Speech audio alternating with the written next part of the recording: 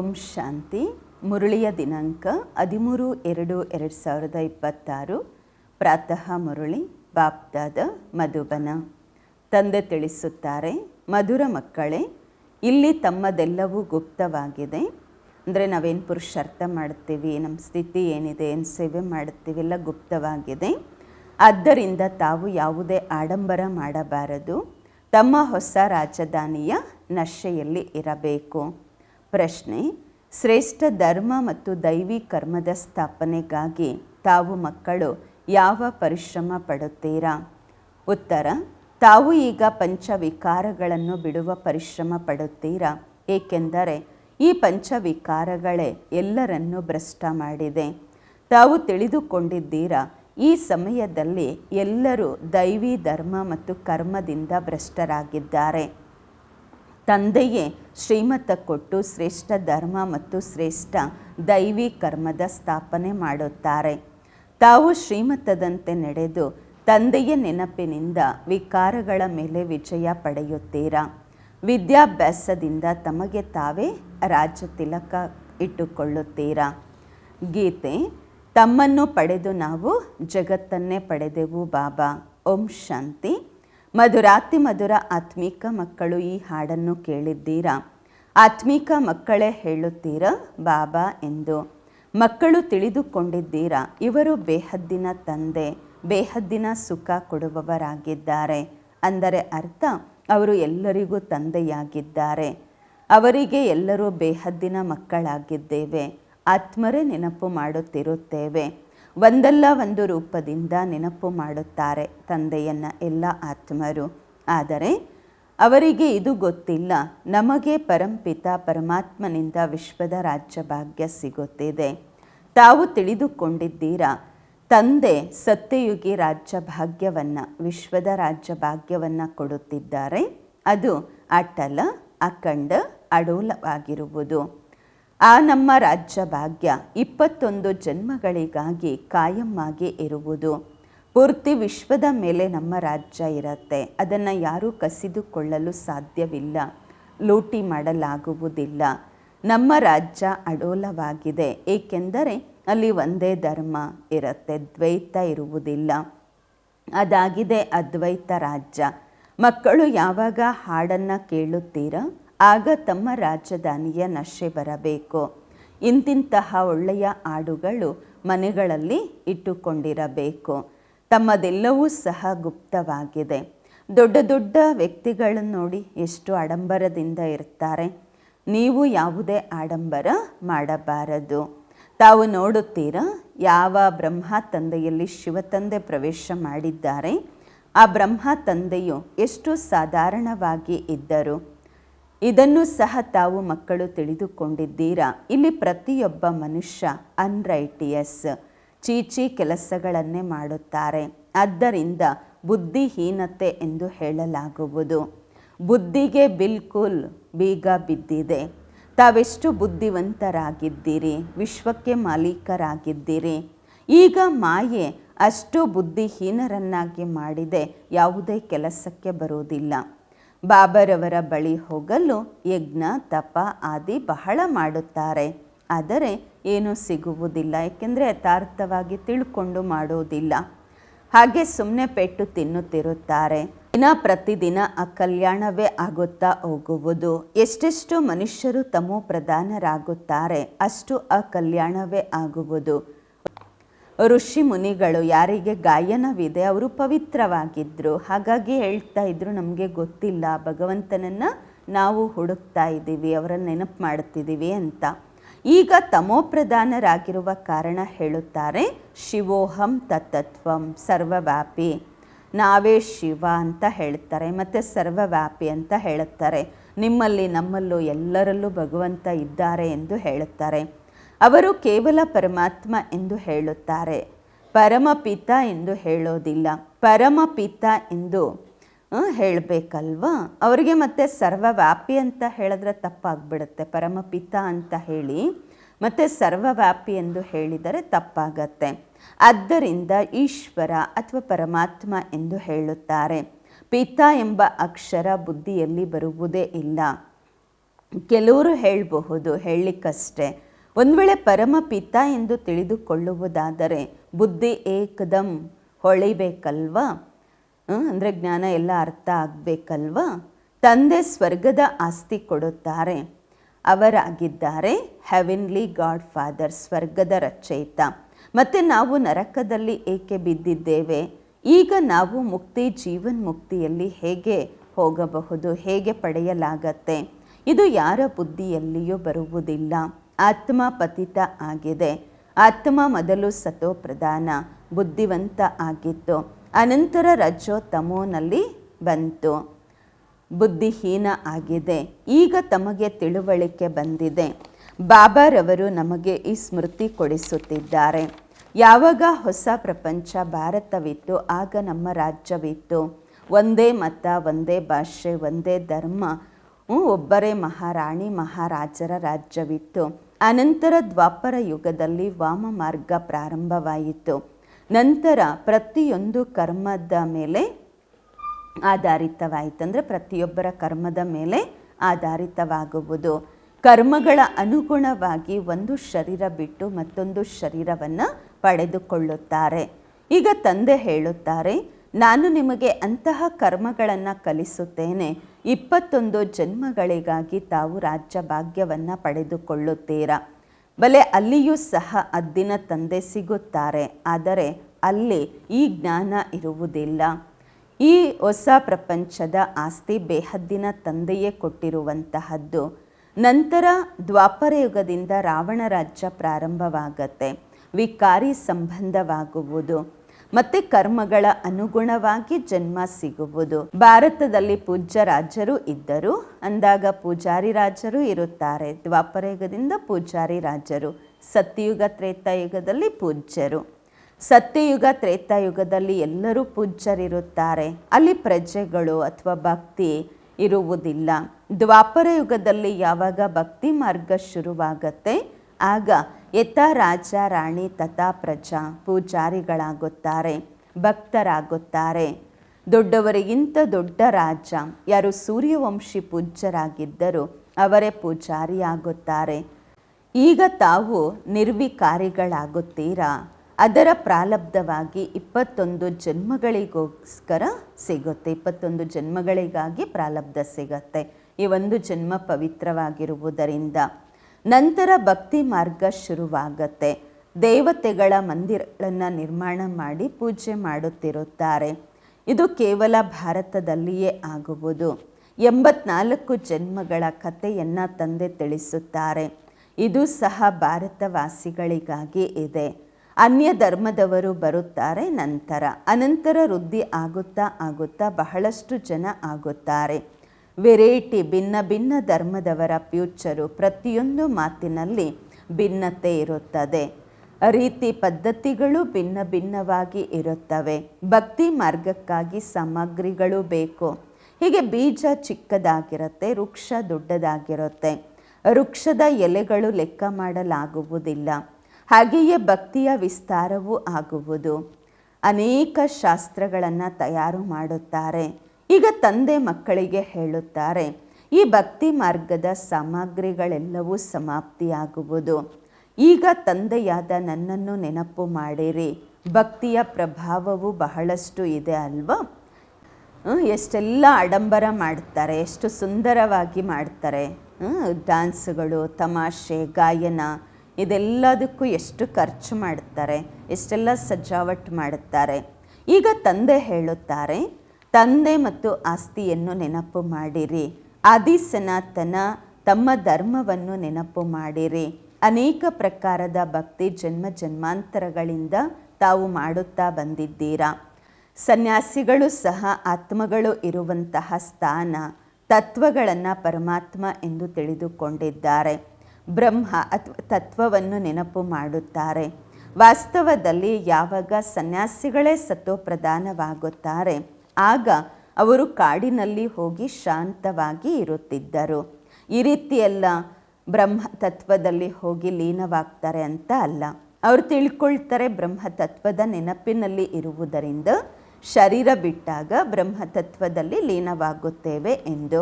ಬಾಬಾ ಹೇಳುತ್ತಾರೆ, ಲೀನವಂತೂ ಯಾವ ವಸ್ತುವು ಆಗುವುದಿಲ್ಲ. ಆತ್ಮ ಅವಿನಾಶಿಯಾಗಿದೆ, ಅದು ಲೀನ ಹೇಗಾಗತ್ತೆ? ಭಕ್ತಿ ಮಾರ್ಗದಲ್ಲಿ ಎಷ್ಟು ತಲೆ ಕೆಡಿಸ್ಕೊಳ್ತಾರೆ. ಮತ್ತೆ ಹೇಳುತ್ತಾರೆ, ಭಗವಂತ ಒಂದಲ್ಲ ಒಂದು ರೂಪದಲ್ಲಿ ಬರುತ್ತಾರೆ ಎಂದು. ಈಗ ಯಾವುದು ರೈಟು? ಅವ್ರು ಹೇಳ್ತಾರೆ, ನಾವು ಬ್ರಹ್ಮತತ್ವದ ಜೊತೆ ಯೋಗ ಜೋಡಿಸಿ ಬ್ರಹ್ಮತತ್ವದಲ್ಲಿ ಲೀನವಾಗುತ್ತೇವೆ ಎಂದು. ಗೃಹಸ್ಥ ಧರ್ಮದವರು ಹೇಳುತ್ತಾರೆ, ಭಗವಂತ ಒಂದಲ್ಲ ಒಂದು ರೂಪದಲ್ಲಿ ಪತಿತರನ್ನು ಪಾವನ ಮಾಡಲು ಬರುತ್ತಾರೆ ಎಂದು. ಈ ರೀತಿ ಎಲ್ಲ ಮೇಲಿಂದ ಪ್ರೇರಣೆಯ ಮೂಲಕವೇ ಎಲ್ಲವನ್ನು ಕಲಿಸುತ್ತಾರೆ ಎಂದಲ್ಲ. ಶಿಕ್ಷಕ ಮನೆಯಲ್ಲಿ ಕುಳಿತುಕೊಂಡು ಪ್ರೇರಣೆ ಮಾಡುತ್ತಾರೆಯೇ? ಪ್ರೇರಣೆ ಎಂಬ ಅಕ್ಷರವೇ ಇಲ್ಲ. ಪ್ರೇರಣೆಯಿಂದ ಯಾವ ಕೆಲಸವೂ ಆಗುವುದಿಲ್ಲ. ಬಲೆ ಶಂಕರನ ಪ್ರೇರಣೆಯ ಮೂಲಕ ವಿನಾಶ ಅಂತ ಹೇಳಲಾಗಿದೆ, ಆದರೆ ಅದು ಸಹ ಡ್ರಾಮಾದಲ್ಲಿ ನಿಗದಿಯಾಗಿದೆ. ಬಾಬಾ ಹೇಳ್ತಾರೆ, ಅವರಿಗೆ ಅಂದರೆ ಈ ಅಣುಬಾಂಬ್ಸು ತಯಾರು ಮಾಡುವಂತಹ ಪ್ರೇರಣೆ ಸಿಗುತ್ತೆ ಅಂತ ಹೇಳುತ್ತಾರೆ. ಕೇವಲ ಮಹಿಮೆ ಮಾಡಲಾಗಿದೆ. ಯಾರೂ ಸಹ ತಮ್ಮ ಹಿರಿಯರ ಮಹಿಮೆಯನ್ನು ತಿಳಿದುಕೊಂಡಿಲ್ಲ. ಧರ್ಮಸ್ಥಾಪಕರಿಗೆ ಗುರುಗಳೆಂದು ಹೇಳಿದ್ದಾರೆ, ಆದರೆ ಅವರಂತೂ ಕೇವಲ ಧರ್ಮ ಸ್ಥಾಪನೆ ಮಾಡುತ್ತಾರೆ. ಗುರುಗಳು ಅಂತ ಯಾರಿಗೆ ಹೇಳೋದು? ಯಾರು ಸದ್ಗತಿ ಮಾಡುತ್ತಾರೆ ಅವರಂತೂ ಧರ್ಮ ಸ್ಥಾಪನೆ ಮಾಡಲು ಬರುತ್ತಾರೆ. ಅವರ ಹಿಂದೆ ಅವರ ವಂಶಾವಳಿ ಬರುತ್ತಿರುತ್ತಾರೆ. ಸದ್ಗತಿಯಂತೂ ಯಾರದು ಅವರು ಮಾಡಲಿಕ್ಕಾಗೋದಿಲ್ಲ. ಅಂದಾಗ ಅವರಿಗೆ ಗುರುಗಳು ಎಂದು ಹೇಗೆ ಹೇಳುವುದು? ಗುರುಗಳಂತೂ ಒಬ್ಬರೇ ಅಲ್ವಾ ಇರ್ತಾರೆ, ಅವರಿಗೆ ಸರ್ವರ ಸದ್ಗತಿ ದಾತ ಎಂದು ಹೇಳಲಾಗುವುದು. ಭಗವಂತ ತಂದೆಯೇ ಬಂದು ಎಲ್ಲರ ಸದ್ಗತಿ ಮಾಡುತ್ತಾರೆ. ಮುಕ್ತಿ, ಜೀವನ್ ಮುಕ್ತಿಯನ್ನು ಕೊಡುತ್ತಾರೆ. ಅವರ ನೆನಪು ಎಂದಿಗೂ ಯಾರಿಂದಲೂ ಬಿಟ್ಟು ಹೋಗುವುದಿಲ್ಲ.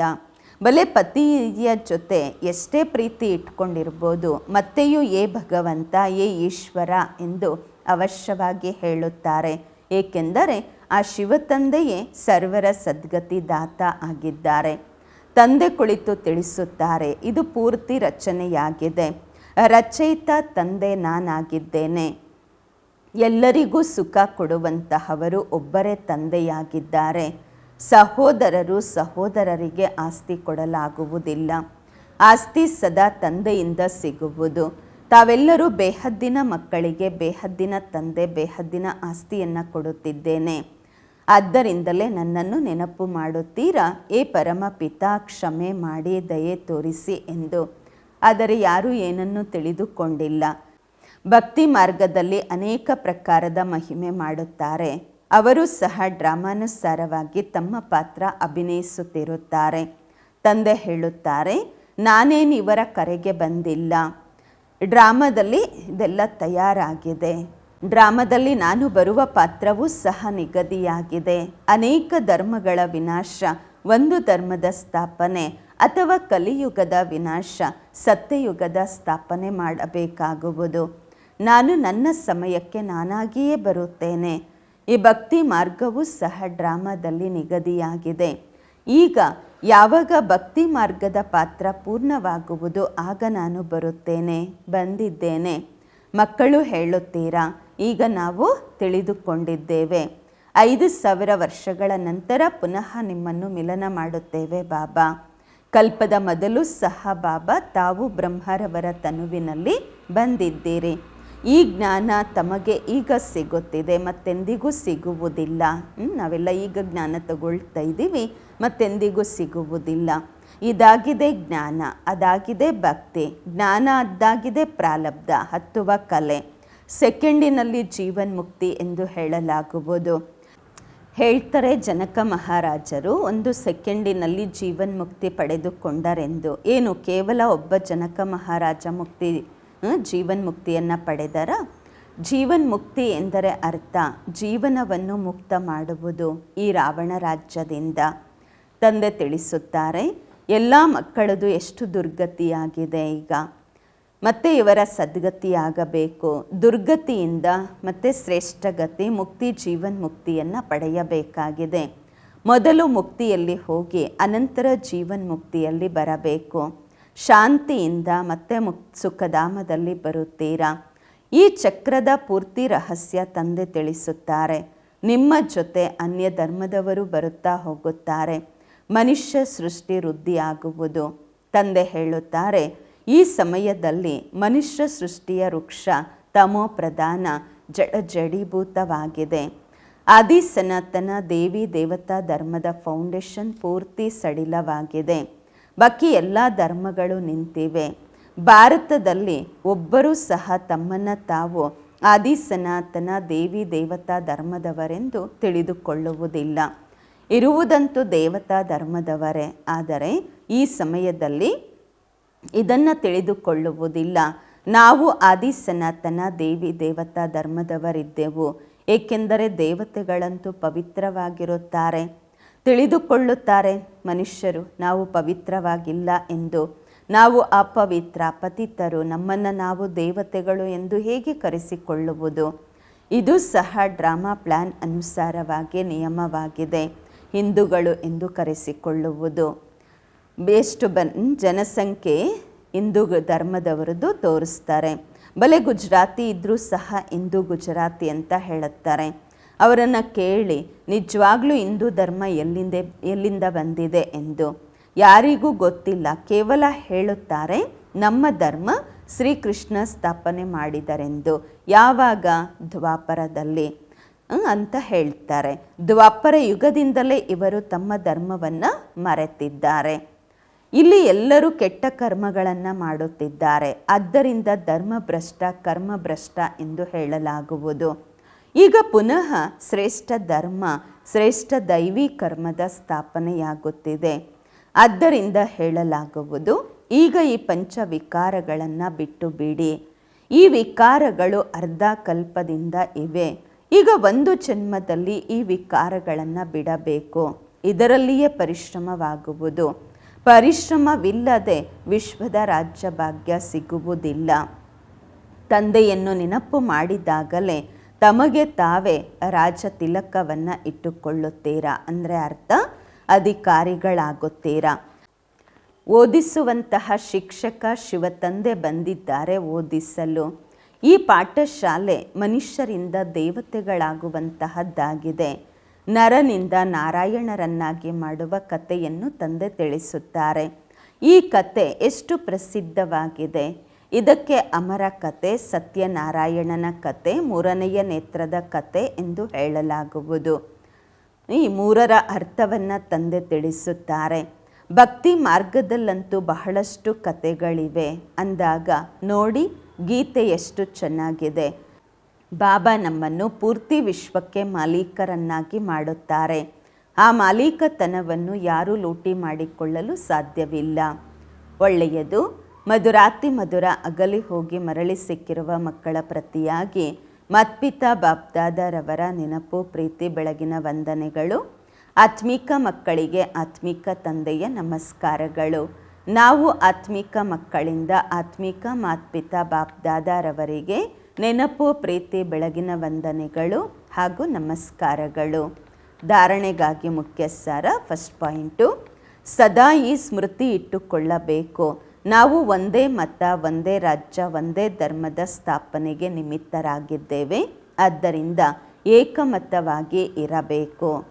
ಎರಡನೇ ಪಾಯಿಂಟು, ಸ್ವಯಂಮಿಗೆ ರಾಜ ತಿಲಕ ಇಟ್ಟುಕೊಳ್ಳಲು ವಿಕಾರಗಳನ್ನು ಬಿಡುವ ಪರಿಶ್ರಮ ಪಡಬೇಕು. ವಿದ್ಯಾಭ್ಯಾಸದ ಕಡೆ ಪೂರ್ತಿ ಗಮನ ಕೊಡಬೇಕು. ವರದಾನ, ಕರ್ಮಾತೀತ ಸ್ಥಿತಿಯಲ್ಲಿ ಸ್ಥಿತರಾಗಿ 4 ಕಡೆಯ ಸೇವೆಗಳನ್ನು ಹ್ಯಾಂಡಲ್ ಮಾಡುವಂತಹ ಸಿದ್ಧಿ ಸ್ವರೂಪರಾಗಿರಿ. ಕರ್ಮಾತೀತ ಸ್ಥಿತಿಯಲ್ಲಿ ಸ್ಥಿತರಾಗಿ 4 ಕಡೆಯ ಸೇವೆಗಳನ್ನು ಹ್ಯಾಂಡಲ್ ಮಾಡುವಂತಹ ಸಿದ್ಧಿ ಸ್ವರೂಪರಾಗಿರಿ. ವರದಾನದ ವಿಶ್ಲೇಷಣೆ. ಮುಂದೆ ಹೋಗುತ್ತಾ 4 ಕಡೆಯ ಸೇವೆಗಳ ವಿಸ್ತಾರವನ್ನು ಹ್ಯಾಂಡಲ್ ಮಾಡಲು ಭಿನ್ನ ಭಿನ್ನ ಸಾಧನಗಳನ್ನು ತಮ್ಮದಾಗಿಸಿಕೊಳ್ಳಬೇಕಾಗುವುದು.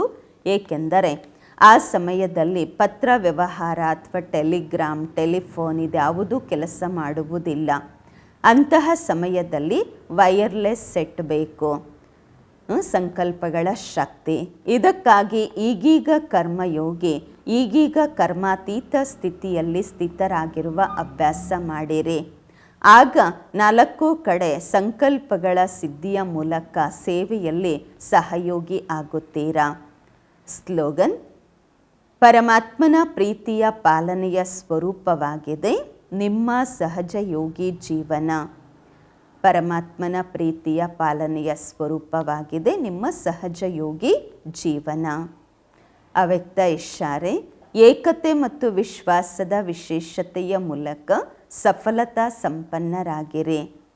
ಪ್ರತಿಯೊಬ್ಬರೂ 2 ಮಾತುಗಳನ್ನು ವಿಶೇಷವಾಗಿ ಗಮನದಲ್ಲಿಟ್ಟುಕೊಳ್ಳಬೇಕು. 1, ಸದಾ ಸಂಸ್ಕಾರಗಳನ್ನು ಮಿಲನ ಮಾಡಿಕೊಳ್ಳುವ ಏಕತೆ ಇರಬೇಕು, ಯೂನಿಟಿ ಇರಬೇಕು. 2ನೇದು ಪರಸ್ಪರದಲ್ಲಿ ವಿಶ್ವಾಸವಿಟ್ಟುಕೊಂಡು ಸದಾ ಸಂತುಷ್ಟರಾಗಿರಬೇಕು ಮತ್ತು ಎಲ್ಲರನ್ನೂ ಸಂತುಷ್ಟಪಡಿಸಬೇಕು. ಯಾವಾಗ ಈ 2 ಮಾತುಗಳು ಸದಾ ಗಮನದಲ್ಲಿ ಇಟ್ಟುಕೊಳ್ಳುತ್ತೀರಾ, ಆಗ ತಂದೆ ಹೇಗಿದ್ದಾರೆ, ಏನಾಗಿದ್ದಾರೆ ಹಾಗೆ ಕಾಣುತ್ತಾರೆ, ಕಂಡುಬರುತ್ತಾರೆ ಮತ್ತು ಪ್ರತ್ಯಕ್ಷತೆ ಆಗುವುದು, ಬಾಬನ ಪ್ರತ್ಯಕ್ಷತೆ ಆಗುವುದು. ಓಂ ಶಾಂತಿ.